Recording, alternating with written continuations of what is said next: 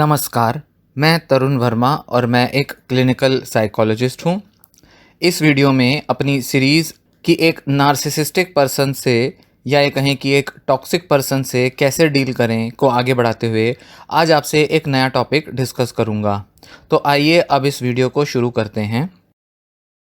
इस वीडियो में टॉपिक लूँगा कि वर्क प्लेस पर गैस लाइटिंग कैसे काम करती है, एक नार्सिसिस्टिक पर्सन किस तरह से आपके कलीग के तौर पे, बॉस के तौर पे कैसे आपको गैसलाइट कर सकता है। भले ही आप किसी नार्सिसिस्टिक कलीग या बॉस के साथ डील कर रहे हों, गैसलाइटिंग किसी के भी साथ देखने में आ सकती है। ऐसा नहीं है कि आपके जो सुपीरियर हैं, बॉस हैं या आपके कोई भी सीनियर हैं, केवल वही गैसलाइट करते हैं। ये आपके कलीग हो सकते हैं, आपसे नीचे की किसी पोजीशन पर काम करने वाला व्यक्ति भी नार्सिसिस्टिक हो सकता है और वो गैसलाइट कर सकता है। वर्क प्लेस पर अपनी पावर को बनाए रखने के लिए या और भी ज़्यादा ताकतवर होने के लिए कोई भी कलीग या आपका बॉस गैसलाइट कर सकता है, जिसकी वजह से आपका दिमाग एकदम चकरा सकता है और आप बहुत गहरे में खुद पर डाउट कर सकते हैं और आपके अंदर इन्फीरियॉरिटी कॉम्प्लेक्स भर सकता है। गैस लाइटिंग एक बड़ा ही कॉमनली यूज़ किया जाने वाला टैक्टिक है जो कि नार्सिसिस्टिक लोग वर्क प्लेसेस पर यूज़ करते हैं और ये कई तरह से देखने में आ सकती है वर्क प्लेस पर। जैसे कि आपका बॉस आपसे कुछ करने के लिए कहता है, ऑफिस में कोई काम है, कोई प्रोजेक्ट है जिस पर आप काम कर रहे हैं, आप उसके लिए एग्री हो जाते हैं और आप काम को पूरा भी कर देते हैं। और जब आप काम ख़त्म करने के बाद अपने बॉस को रिपोर्ट करते हैं और बताते हैं कि आपने काम पूरा कर लिया है और आप उसकी डिटेल देने लगते हैं, तो आपको कुछ ऐसा फीडबैक मिलता है, मैंने तुम्हें ये तो करने के लिए नहीं कहा था, मैंने तो तुम्हें कहा था तुम वैसे करो इस काम को, तुमने पूरा दिन बेकार कर दिया, पूरा समय ले लिया और फिर भी ढंग से काम करके नहीं दिया। बिल्कुल इनसिग्निफिकेंट, बिल्कुल बेकार का काम तुम करके लाए हो। जो काम तुम्हें कहा नहीं गया था तुमने उसी में सारा दिन स्पेंड कर दिया। क्या इस तरह से प्रोजेक्ट पर काम किया जाता है? क्या पहले तुम्हें कभी नहीं बताया गया कि प्रोजेक्ट्स पर कैसे काम किया जाता है? तुमसे इतनी उम्मीदें थीं, लगता था कि तुम ये काम कर दोगे, तुम्हें मैंने कुछ सोच के ही ये काम दिया था, पर देखो ज़रा तुमने कितना लापरवाही के साथ काम किया है। ऐसे नहीं किया जाता, ये गलत तरीका है काम करने का, ज़रा सीखना पड़ेगा तुमको कि कैसे काम किया जाता है प्रोजेक्ट पर। अब आप बेवकूफ़ तो हैं नहीं और आपको पता है कि आपने क्या सुना है। आप थोड़े परेशान हो जाते हो, चिढ़ जाते हो। आप जानते हो कि आपने जो काम करके दिया है वो बिल्कुल सही था, जैसा कि एक्सपेक्ट किया गया था वैसा ही आपने करा था। और आप उसको बताने की कोशिश करते हो बॉस को कि आपने एक्चुअल में जो किया है वो क्या किया है, क्यों किया है। आप उन्हें बताते हो कि किस तरह से वो गलत समझ रहे हैं आपके किए काम को, कैसे वो मिसअंडरस्टैंड कर रहे हैं। फिर ऐसे केस में आपको कुछ ऐसा सुनने को मिलता है, शांत रहो, शांत रहो, ज़्यादा होशियार मत बनो। तुम्हें नहीं लगता तुम इस मामले को थोड़ा खींचे जा रहे हो? मैंने तो ये कहने की कोशिश की ही नहीं जो तुम मुझे बोल रहे हो।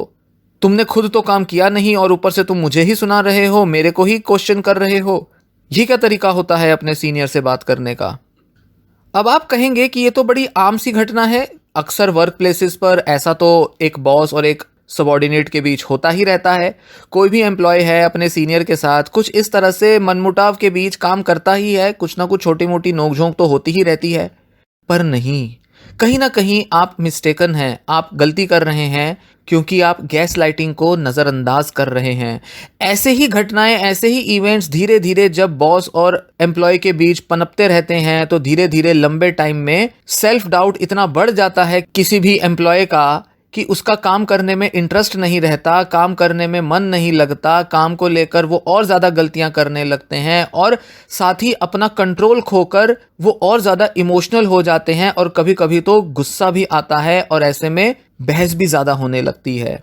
और लंबे टाइम में अगर ये सब चलता रहे एक बॉस और एक एम्प्लॉय के बीच तो नुकसान सिर्फ उस एम्प्लॉय को ही होता है क्योंकि उसे अपनी जॉब से हाथ धोना पड़ सकता है।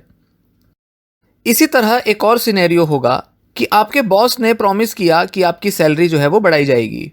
अगर आप 6-8 महीने तक काम करते हो तो आपकी सैलरी बढ़ जाएगी। तो आप 6 महीना पूरा मेहनत के साथ काम करते रहते हो, पूरी लगन के साथ लगे रहते हो, इस उम्मीद में कि 6 महीने की बात है, उसके बाद मेरी सैलरी के अंदर 10%, 20% इंक्रीमेंट हो जाएगा। आप पूरा डेडिकेशन के साथ ओवर टाइम भी करते हो। पंक्चुअल रहते हो, दूसरों से पहले अपने काम को निपटा देते हो, अपने बॉस के साथ हमेशा कनेक्टेड रहते हो, कम्युनिकेट करते रहते हो, सारे ईमेल का जवाब देते हो, फ़ोन कॉल भी बिल्कुल टाइम से रिसीव करते हो, अपने काम की एफिशिएंसी को इम्प्रूव करने के लिए कुछ नई चीज़ें लर्न भी करने लगते हो।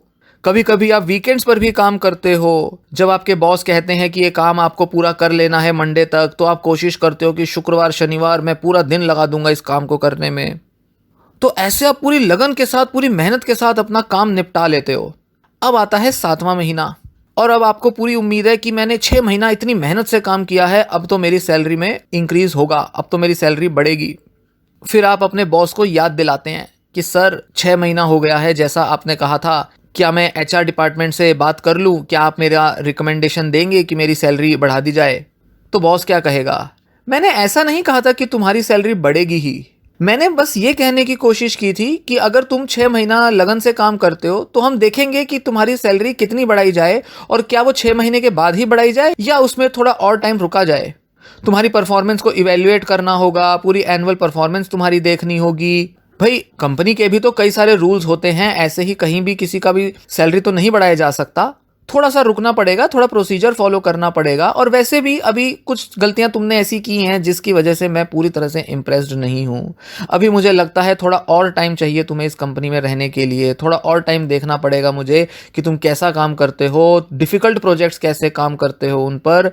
पहले मैं थोड़ा सा और देखना चाहूँगा कि तुम अलग अलग प्रोजेक्ट्स पर कैसे परफॉर्म करते हो, उसके बाद ही मैं सोचूंगा कि पक्के तौर पर तुम्हारी सैलरी कितनी और कब बढ़ाई जाए।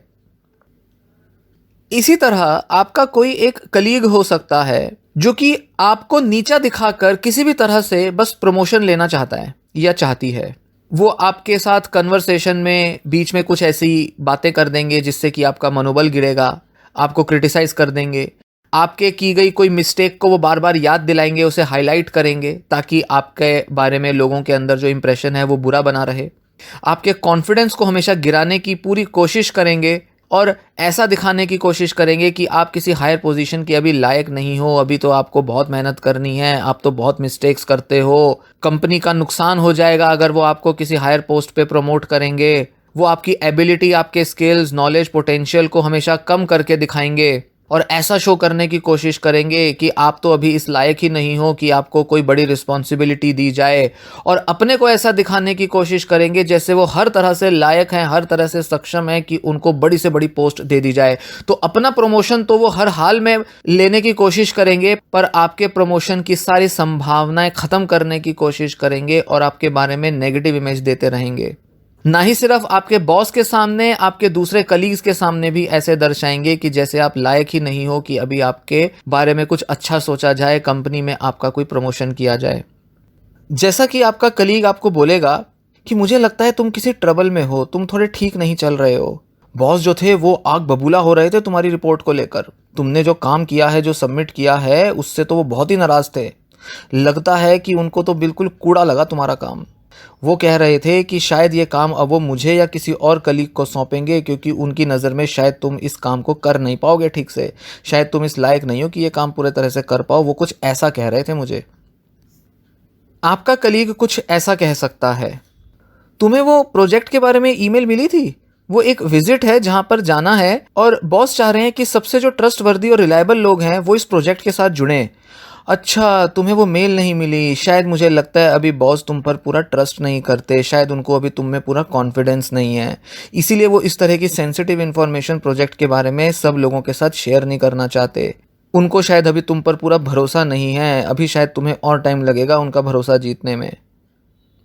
कभी अगर आप उनसे आर्ग्यू करेंगे तो वो आपको टोकेंगे और कहेंगे अरे अरे इतना बहस मत करो, इतनी भी क्या बड़ी बात हो गई, मैंने तो बस ऐसा ही कहा था, मुझे लगा था कि तुम्हें थोड़ा और एफर्ट डालना चाहिए अपने काम में, तुम तो बिल्कुल भड़क रहे हो, तुम तो बिल्कुल नाराज़ हुए जा रहे हो। अरे इसमें नाराज़ होने जैसी क्या बात है, ये तो बड़ी कॉमन सी बात है जो मैंने तुम्हें कही, ये कोई मैं थोड़ी ना कह रही हूँ या कह रहा हूँ, ये तो सब तुम्हारे बारे में ऐसा ही सोचते हैं, ऐसा ही मानते हैं। अरे लगता है कि तुम ठीक नहीं हो, लगता है तुम्हें गुस्सा बहुत ज़्यादा आता है, तुम्हें कुछ करना पड़ेगा अपने गुस्से का। कुछ इस तरह से आपके इमोशंस, आपकी परफॉर्मेंस, आपकी एबिलिटीज़, आपके स्किल्स पर एकदम चोट करता है नार्सिसिस्टिक पर्सन। इसी के साथ कई बार आपका कुछ नुकसान कर सकते हैं नार्सिसिस्टिक और मैनिपुलेटिव लोग। जैसे कि आपने कोई फाइल फॉरवर्ड की तो वो उसको वहाँ से गायब कर देंगे। जैसे कि आपने कोई काम करके उसको कहा कि ये लेटर ले जाना, या कोई काम को कहीं सबमिट करने की बात हुई तो वो उसको डिले कर देंगे, वो किसी तरह से टाल देंगे, वो किसी तरह से आपके काम को दबाने की कोशिश करेंगे ताकि आपका काम सामने टाइम पर ना पहुँचे, हाईलाइट ना हो, आपके बारे में तारीफ ना हो, और हर तरफ से बस आपके बारे में क्रिटिसिज्म मिले या आपकी कंप्लेंट्स मिलें, ताकि आपकी इमेज जो है वो ख़राब होती रहे आपके वर्क प्लेस पर।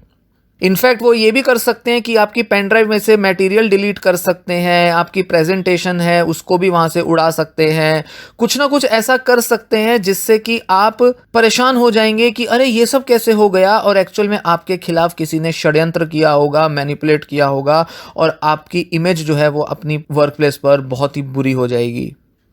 आपकी जिम्मेदारियों पर सवाल खड़ा करेंगे, आपकी रिस्पॉन्सिबिलिटीज़ और आपके कुछ प्रोजेक्ट्स हैं वो लेने की कोशिश करेंगे, अपने को ज़्यादा कैपेबल दिखाएंगे, या वो अपने साथ किसी और को इन्वॉल्व करेंगे और अपनी एक टीम बना लेंगे, और अपनी टीम से आपको अलग करने की कोशिश करेंगे और दिखाने की कोशिश करेंगे कि हमारी टीम जो है वो ज़्यादा अच्छे से काम कर सकती है और तुम जो हो वो ज़्यादा अच्छे से काम नहीं कर सकते। ऐसे में आप अपने को बहुत अलग थलग और बहुत आइसोलेटेड फील करेंगे, ऐसे लगेगा कि उसने एक ग्रुप बना लिया है, जबकि वो उस ग्रुप के बाकी लोगों के साथ भी मैनिपुलेशन करेगा, पर शुरुआत में शायद वो मैनिपुलेशन करता हुआ दिखाई ना पड़े, क्योंकि उसका स्वार्थ है वो दूसरों को शुरुआत में अपनी साइड करेगा ताकि आपके खिलाफ कर दे सबको, और फिर धीरे धीरे उन लोगों को भी इस्तेमाल करेगा, क्योंकि उसकी फितरत ही है दूसरों को इस्तेमाल करने की।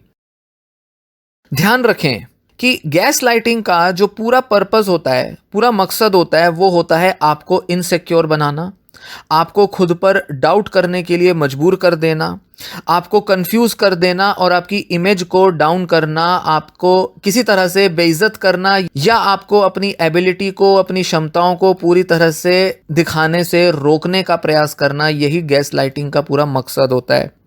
और इसके बहुत सारे अलग अलग तरीके होते हैं जो मैंने इस वीडियो में बताए, वो तो बस थोड़े से उदाहरण हैं। एक्चुअल में कई कई तरह से एक कलीग या एक बॉस जो है वो आपको गैस लाइट कर सकता है।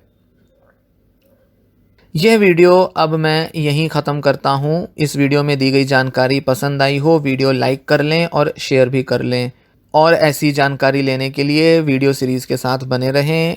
Thanks for listening.